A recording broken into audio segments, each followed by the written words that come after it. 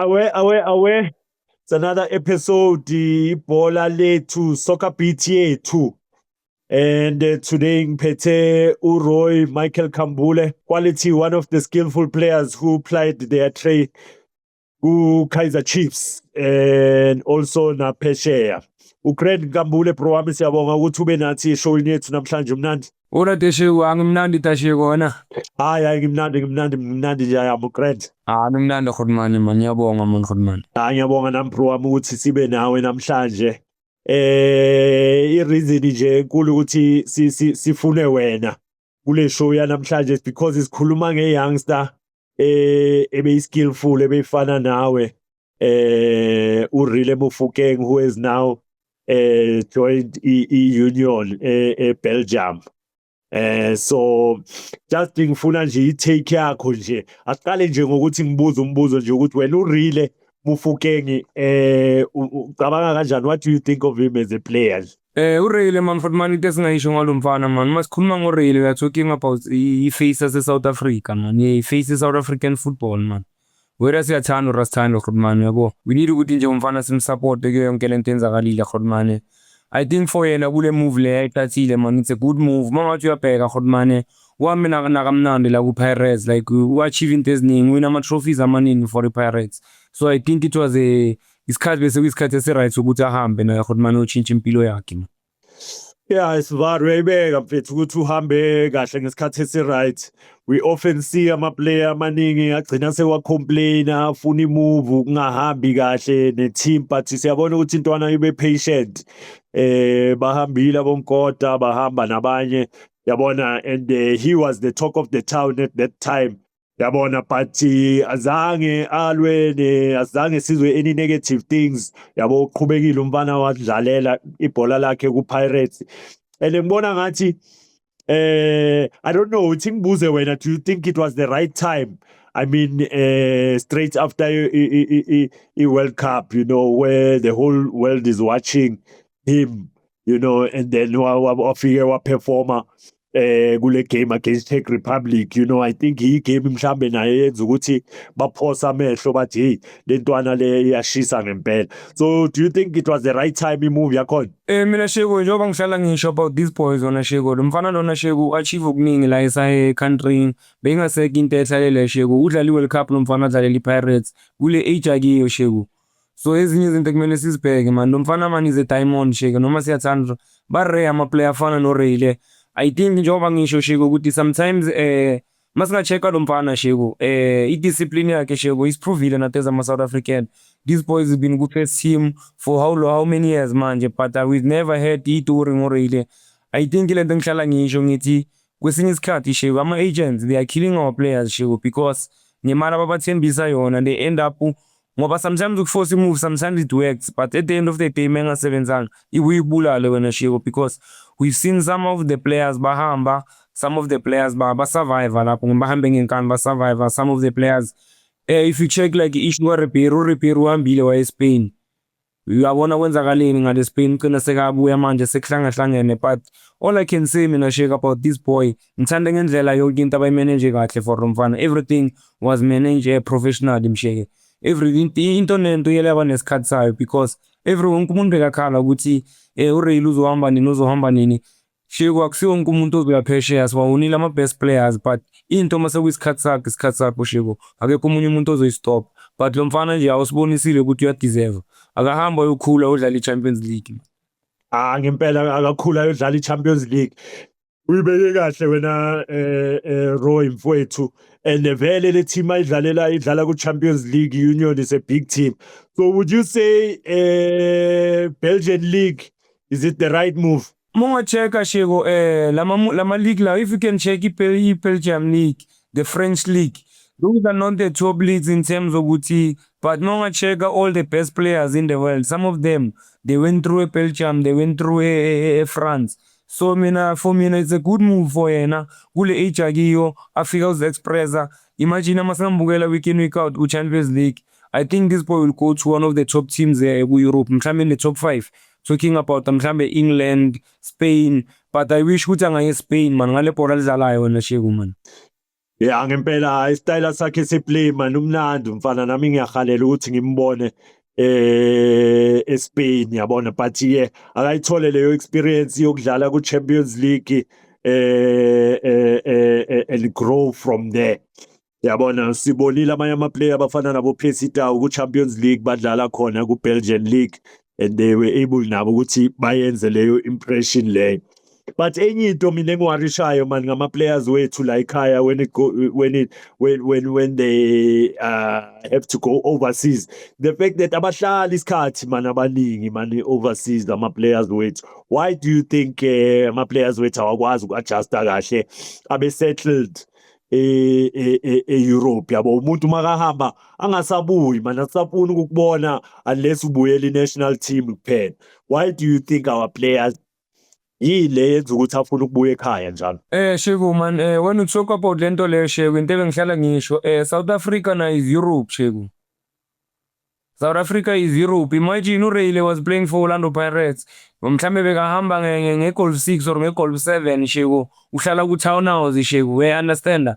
That is the difference kunawo amanye ama-country wala esinawo la e-Africa, because if ungachecka kulama southern countries la kuma-northern bo Nigeria, bo kuphi when you check, because one time I was playing with another player from Nigeria, Strasbourg. We once told me with money professional league yeah, man is very poor, because beladlala first team in Nigerian Premier League we was earning something like 3,000 to 4,000 rand. So these guys when they go to Europe sheiks abafuna ukushintsha impilo zabo, that's why bangafuna ukubuyela emakibo, because i-situation iwes. But masikhuluma ngeqiniso Shego, when you come to South Africa Shego, uthi only play at the age of 19 il-promote selihlala ku-Townhouse lihamba ngepholo. Uthatha lo muntu loyo umise Europe, when Europe aba frustrated kancane is gonna get homesick Shego. Believe in me Shego, uzoba homesick. That's why the most of the players are surviving kakhulu the colored one, because those ones ba strong kakhulu, yibo abakhona ukuthi basurvive kakhulu. But mungacheka thina laba abanye Shego, asinayo le nhliziyo leyo kusurvive, because mungacheka eSouth Africa Shego, at the age of 18 sengihlala ku-Townhouse ngidrive ipholo, ngisafuna ukelana e-Europe.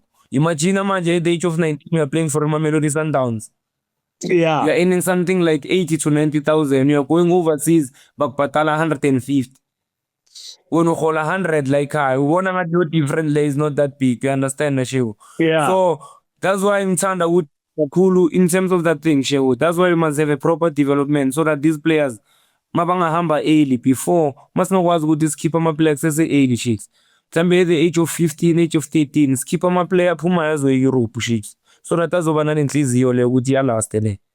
Yeah man, no ngiyakuzwa kahle man. Kusho ukuthi thina comfortable kakhulu la eSouth Africa. Yazi uma ukhuluma le story lese, I remember even in Vietnam, when I went to Vietnam for a stint in Vietnam, I met a player laphayana belingazi nokuthi liya kuyiphi team, lize nje lisuka eNigeria lathatha iflight liyazi ukuthi lizothola omunye oyi-Nigerian ozomhouseholder lapho, and then ayenza iplan agcina sekathola i-trial. Thina I think we have it very easy la eSouth Africa, where everything is done for us. Masifika yonke into uyazi ukuthi uyolala phi, ukuthi uyofika kanjani ejimini. Mara abanye abantu bayasweta la e-Africa, they go to Europe looking for an opportunity, kungana trial kungana nix. So man, I wish nathi ama-player wethu angaba hungry ukuthi adlale e-Europe ngaleyo ndlela leyo, yabo, singabheki nje lokho kuncane, because there's so much more man. Mosodlala e-Europe iningi imali lapha, but ngiyakuzwa wena Roy bro wami. So Michael, wena njenge-experience yakho bro wami, you are one of the players that played, udlalile ku-France, ku-Strasbourg, e-Europe, yabo, and nawe wabuya. What was the reason for you ukuthi ubuye ekhaya? Because asifuna ukubona ama-player afana nabo Rile abuya futhi sekadlalela i-Pirates. We want to see him move from le aye eSpain, like you say now ukuthi you think is suited for Spanish La Liga. So ila ifuna ukuthi amuvele khona makasuka lapha angabuyi la ekhaya. Yini wena yanzi ukuthi ubuye? Mina Shego, into engingayisho Shego kulento le man, yabona Shego about this boy mina Shego, into engithanda kakhulu, yabona Shego there's these people ababizwa ngokuthi ama-agent. Those guys are not there for you, sheiks. They are there makubona ukuthi uzoyenza imali, like ukuthi bakusupport in terms of good decision nani. That's why if you can check manje my best players manje, they are managed by their parents, you understand? It's because such things, because nami mangifike France, okay, benginawo ama-agent, but you could see ukuthi benginganabo abantu like abanginakekelayo abangi-check-ayo ukuthi like every time I was there as a 15-year-old ngihlala in a foreign country ngiyi-one lapho, like lento le bengishayise homesick. Okay, ngadlala like mangifika I was enjoying the sheiks because it was a different environment, you understand? Even if bengimele ukuthi ngi-adjust in that situation, but into eyela ngikhaza, okay, ngiyele ngakhula in terms of i-football, ngadlala then ngadevelopa njengoba ngisho ngithi thina ama-player wasekhaya at one stage ngabuya noKatlego Mphela nge-loan ku-SuperSport. So sadlala ne-Chiefs ePitori i-friendly game. uPopi after leyo game wangibuza ukuthi ngibuyele kanjani ku-SuperSport nokuthi ngabe bekumele ngibuyele ekhaya ekhosini, yabo. So mangihamba man, makuphelile loan yami 6 months mangibuyele eFrance, ngafika eFrance ngadlala izinto like bese-different nje, bengingasadlali sengingena ama-10 minutes, but funny enough I was the one mangiceda i-season ngaqeda as a top goal scorer ngidlala number 10. But ekugcineni man sengibonani lama 10 minutes nani seziyaqala lento ziyangifrustrate, yabo. Mawufonela ekhaya sokhumbula ekhaya, njengoba ngisho ngithi like even like abekho abantu aba-close ukuthi bangakusupport ngaleyo ndlela bakunike that support, because unabantu abafana nama-agent who are there ukuthi bona bathatha imali, but ukuthi bakusupport emotional abazi ukuthi wena ufila kanjani. Ungafili alone like endaweni, you need that support even if noma abantu bangekho around wena, but uyayidinga leyo support ukuthi baku-check ukuthi unjani, bakukhuthaze, because some of the things wena moyi-one ungathatha i-decision ukuthi khona umuntu ongakukhuthaza ubekezele and then you can do better than that.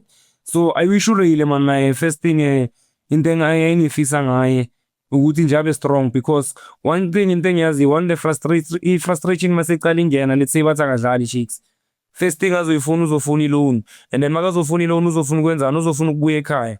That's where lento le iqala khona wena shiku, because mawuzobuya ekhaya lo 6 months or 1 year angeke usafuna ukubuyela ngaphandle ukuthi ekhaya uyazi ukuthi uya-enjoya, ubona ifamily yakho every day, you understand? So that's why sometimes ngithi ama-players wethu if ureyile naye mhlambe let's say it doesn't work out eBelgium yenzakala leyo situation, angafosteli ukubuya, let's say naye angathatha i-loan aye kwenye i-country futhi where mhlambe he can develop kubo-France or kuphi, you understand? So i-support man msheko is very much important sheko, because abantu bangakubona udlala babone ngathi we are there alone, because angeke wazi man sheko phela manje kwenzakalani ngama-player ubheka njengo-Jayden manje, we didn't know ukuthi kwenzakalani emotionally, you understand? Umfana uyasebenza grand, but you could see ukuthi kunento bezingamkhethanga grand nazo izinto bezingavayi grand. So I think i-support is much important sheko kulento leyo. Bangamneglect umfana njengoba le man, bahlale bamkhuthaza, kube nomuntu ozomkhuthaza, umuntu azokhona ukuthi akhulume naye noma into ingamphathi kahle akwazi ukuthi mara into ekumele ayenza manje ukuthi kumele abekezele sheiks in order ukuthi asurvive kumele ubekezele. Hayi njalo Kambule, uyayibeka bro wami and ngiyayizwa. I mean it can't be easy as a youngster going all the way to Europe uyi-one, yabo. So support system ngempela into edingakalayo at all times for a young footballer, especially who going to live his dream and play in Europe, you know, makwenzeka izinto zingahambi kahle, mara mentally must always be strong. So hayi ngibonga kakhulu Nkambule Authami for i-insight yakho.